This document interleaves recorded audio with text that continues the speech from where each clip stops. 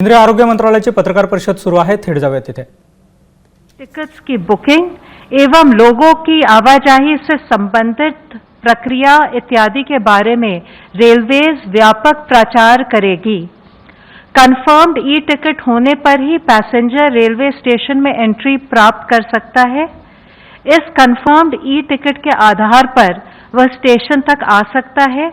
उसे अलग से कर्फ्यू पास वगैरह लेने की जरूरत नहीं। स्टेशन पर पैसेंजर्स की स्क्रीनिंग होगी और केवल एसिम्प्टोमेटिक पैसेंजर्स को ही ट्रेन पर बोर्ड करने की अनुमति दी जाएगी। पैसेंजर्स को हर समय फेस मास्क या फेस कवर पहनना होगा। उन्हें सोशल डिस्टेंसिंग का अनुपालन करना होगा।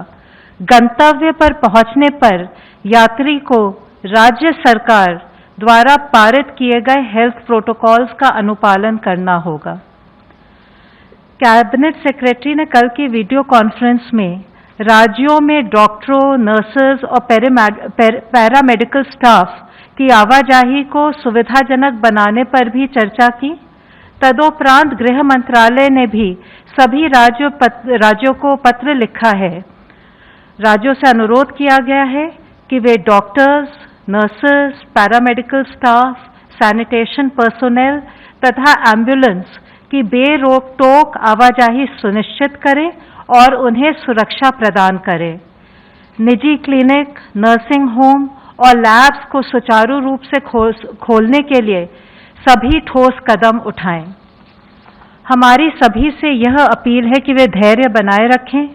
हमारा अनुरोध है कि इन सभी प्रयासों में अपना सहयोग दें और लोगों को इन सुविधाओं के बारे में जानकारी प्रदान करें, फैलाएं, उनको जागरूक करें। धन्यवाद। धन्यवाद। Health ministry representative please. आज की ब्रीफिंग मैं एक छोटी सी अपील से शुरू करना चाहूंगा।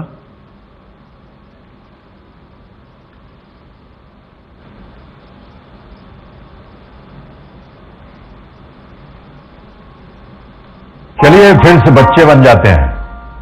बच्चों और बचपन से हमें बहुत कुछ सीखना है। याद है जब बचपन में हमें खांसी बुखार हो जाता था, बदन दुखता था तो हम रोते हुए माँ के पास जाते थे और उन्हें अपनी तकलीफ बताते थे। माँ कुछ घर की दवाई जैसे काढ़ा हो, हल्दी हो, उससे आराम देती थी। हमें जरूरत पड़ने पर डॉक्टर के पास ले जाती थी और कुछ दिनों बाद हम खेलने कूदने लग जाते थे।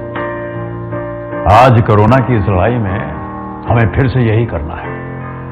अपनी तकलीफ को अपनों को बताना है, राहत पाना है, इलाज कराना है, खेलना कूदना है, जीतना है।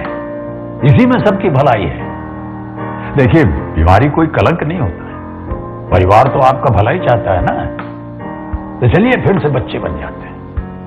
अपनी तकलीफ अपनों को बताते हैं। कोरोना से हमें लड़ना है, डरना नहीं है। आज जब हम कोविड-19 जैसी कम्युनिकेबल डिजीज से लड़ रहे हैं, तब कम्युनिटी से हमें हर तरह के सपोर्ट की सख्त जरूरत है और इसमें सबसे अहम है हेल्थ सीकिंग बिहेवियर। हम सबको मिलकर ये प्रयास करना है कि जिस भी किसी को कोविड-19 के सिम्टम्स डेवलप हों, वह उसे छुपाए नहीं बल्कि सामने आकर उससे संबंधित इलाज ले। अगर हम ऐसा नहीं करते हैं तो हम तो बीमार होंगे ही बल्कि अपने परिवार को भी बीमार कर सकते हैं। हर पेशेंट को अपने को बचाने के साथ साथ अपनी फैमिली को बचाने के लिए सरकार द्वारा प्रोवाइड की गई हेल्थ सुविधाओं को अपनाते हुए इस लड़ाई में अपना योगदान देना होगा। देश में अब तक 20,917 लोग कोविड-19 से क्योर हो चुके हैं और 44,029 एक्टिव मेडिकल सुपरविजन में हैं। पिछले 24 घंटे में अगर हम देखें तो पाते हैं कि टोटल केसेस में 4,213 केसेस का इंक्रीज नोट किया गया है, पर साथ में ही 1,559 पेशेंट्स क्योर भी हुए हैं। इस तरीके से हम देखें तो पाते हैं कि हमारा टोटल रिकवरी रेट अब 31.15% हो चुका है। कुल कंफर्म केसेस की संख्या इस समय 67,152 है। स्वास्थ्य मंत्रालय ने 8 मई को कंफर्म कोविड-19 पेशेंट्स के लिए एक रिवाइज्ड डिस्चार्ज पॉलिसी भी जारी की है। यह मिनिस्ट्री द्वारा ऑलरेडी इशूड गाइडलाइंस जो कि हमारे 3 टियर कोविड फैसिलिटीज और categorization of patients based on clinical severity उसके साथ अलाइंड है। पहले जो क्राइटेरिया था कि या तो चेस्ट रेडियोग्राफ क्लियर होना चाहिए या 2 कॉन्जिक्यूटिव RT-PCR टेस्ट नेगेटिव होने चाहिए, उसके भिन्न होते हुए नई डिस्चार्ज पॉलिसी के अनुसार जो केसेस जो कि माइल्ड हैं, वेरी माइल्ड हैं या प्री सिम्टोमेटिक केसेस हैं और कोविड केयर फैसिलिटी में एडमिट हैं, अगर सिम्टम की शुरुआत के 10 दिनों में उनको 3 दिन तक फीवर ना हो तो उन्हें डिस्चार्ज किया जा सकता है।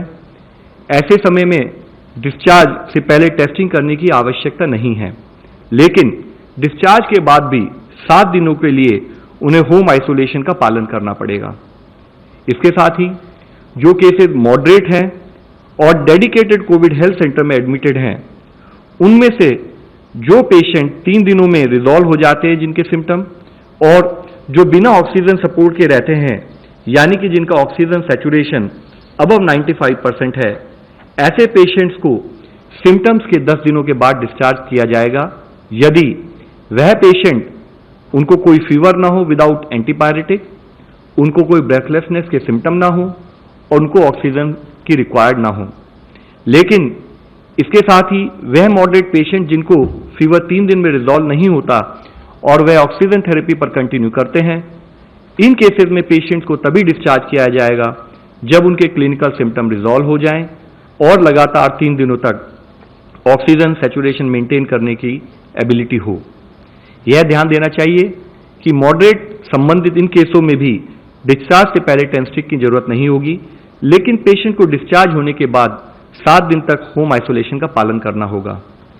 इसके साथ ही सीवियर केसेस और साथ में केसेस जो कि इम्यूनो कॉम्प्रोमाइज हैं, जैसे कि HIV patients, transplant recipients, malignancy etcetera, ऐसे पेशेंट्स को तभी डिस्चार्ज किया जाएगा जब या तो वह क्लिनिकली रिकवर हो जाएं या उनके पेशेंट्स को RT-PCR के द्वारा नेगेटिव घोषित किया जाए। यह डिस्चार्ज पॉलिसी इसलिए चेंज की गई है कि अगर हम देखें भी कई देशों ने एविडेंस के बेसिस पर अपनी डिस्चार्ज पॉलिसी में टेस्ट बेस्ड स्ट्रैटेजी के बदले सिम्टम बेस्ड स्ट्रैटेजी और टाइम बेस्ड स्ट्रैटेजी का बदलाव किया है, उसके तहत ही इसमें हम चेंज लाए हैं। साथ ही ICMR के लैब सर्वेलेंस डेटा के रिव्यू के अनुसार भी RT-PCR पॉजिटिव केसेस पेशेंट्स 10 दिन बाद नेगेटिव टर्न हो जाते हैं। रिसेंट स्टडी से यह भी पता चला है कि virus peak in the pre symptomatic period, यानी कि सिम्टम से 2 दिन पहले और अगले 7 दिनों में नीचे चला जाता है। यह discharge policy RT-PCR diagnose patients के लिए है।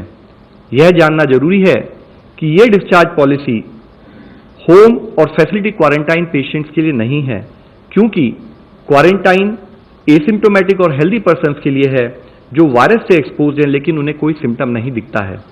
हाउएवर, क्वारंटाइन फैसिलिटी पर उनका स्टे 5 मई को जारी मिनिस्ट्री ऑफ होम अफेयर्स की गाइडलाइंस के तहत लास्ट एक्सपोजर से 14 दिन तक रहेगा और डिस्चार्ज पॉलिसी से संबंधित एक फ्रीक्वेंटली आस्क्ड क्वेश्चन भी गवर्नमेंट ऑफ इंडिया के वेबसाइट पर उपलब्ध किए गए हैं।